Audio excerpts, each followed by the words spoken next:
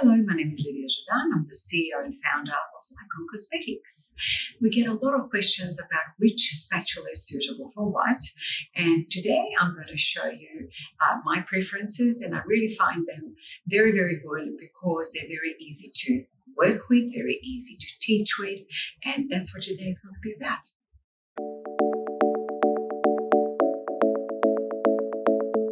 So I'm just going to explain a few things first before I actually demonstrate on an eyebrow. We need different spatulas for different parts of the face, and sometimes you need a different spatula for different type of wax.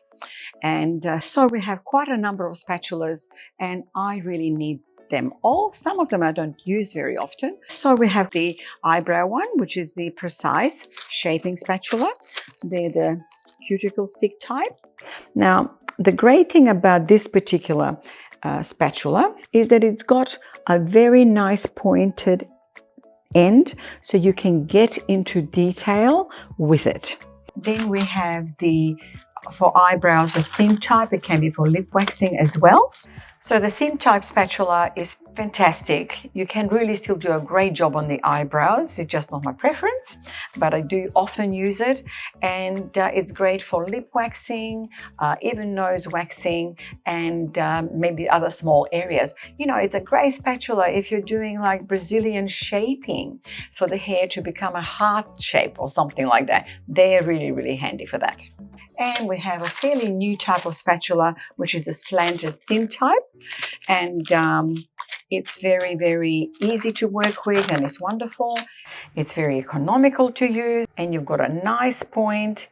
The spatula is thin enough to be able to go very close to the eyebrow shape and not pick up any hairs you don't want to. If you have to go backwards with it to redirect the hair back into their normal growing position, you can do it. You know, they're very, very easy to use on the other side and economical, as I already said. Then we have the paddle pops, which are like an ice cream stick. I totally disapprove of paddle pop waxing for the eyebrows because it's a very thick spatula. When you apply the wax, it's quite difficult, and I've seen people wax with this, and I find they are just staying away from everywhere because it's so easy to, when you get here and you've got wax, that rounded bit there is going to catch hairs from the eyebrows. You cannot be precise with that one. And then we also have the tongue depressor. Now, not for eyebrows, definitely. This is really great for larger areas, for the face, if you're doing a forehead, etc., neck, and for the rest of the body. So they are very, very important as well. And another spatula is our XL tongue depressor. What it's really, really handy for is if you are doing large areas of hot waxing on the legs, which you can do with a lot of our waxes, like the LYCODream, the LYCOTech, as well as all the others. But what it's great for is to keep it in a heater as a stirring spatula, because, you know, when the wax is actually held at temperature for a while and it's not been used, it can actually become quite thick at the top. So in a bigger heater, it's really great to actually use the XL spatula to actually stir more easily. And if you're using tongue depressors generally, then you know which one you're using and which one you know that this one would not be re-dipped. But you don't have to throw them out all the time. You can keep it in there all day long, and you can differentiate it against the normal tongue depressor. So I've already explained a lot about all the wooden spatulas, which are fabulous, easily disposed of, but there's also a very popular metal spatula. Now, the metal spatula is fabulous for strip waxing, not for hot waxing, and because it's metal, it retains the heat from the wax, so it makes it a lot easier to spread the wax on the skin. You can apply the wax super, super thinly, and that makes a lot of economic sense because you will use a lot less wax. But as with everything, you really have to observe the regulations in your own country, whether you can re-dip well, everyone is not redipping spatulas these days, but sometimes I do find a lot of salons do redip the metal spatula. I'm not sure why that's allowed or how that works, and I'm not here today to actually tell you about redipping or not redipping. Everybody has to follow the directions in their own country and what is the best thing to do at your end.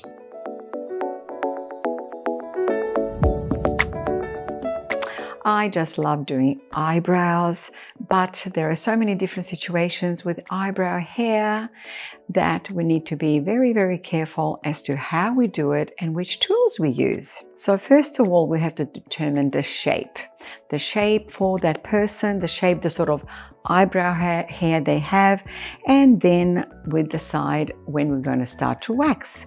Initially, we would discuss it with a client to explain to them what we're going to do.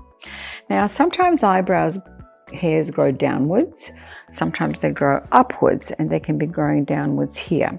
So ideally, we should decide whether we want to trim the hair before we start waxing, because once you start waxing, if the hair is pointing downwards or upwards, you will remove hair from within the eyebrow that you don't want to remove. So the best way is to brush the eyebrows and then use these really lovely LYCON eyebrow scissors. They're very, very precise, they're very easy to use, and they fit in any size hands. And you would actually decide how the eyebrow is falling naturally.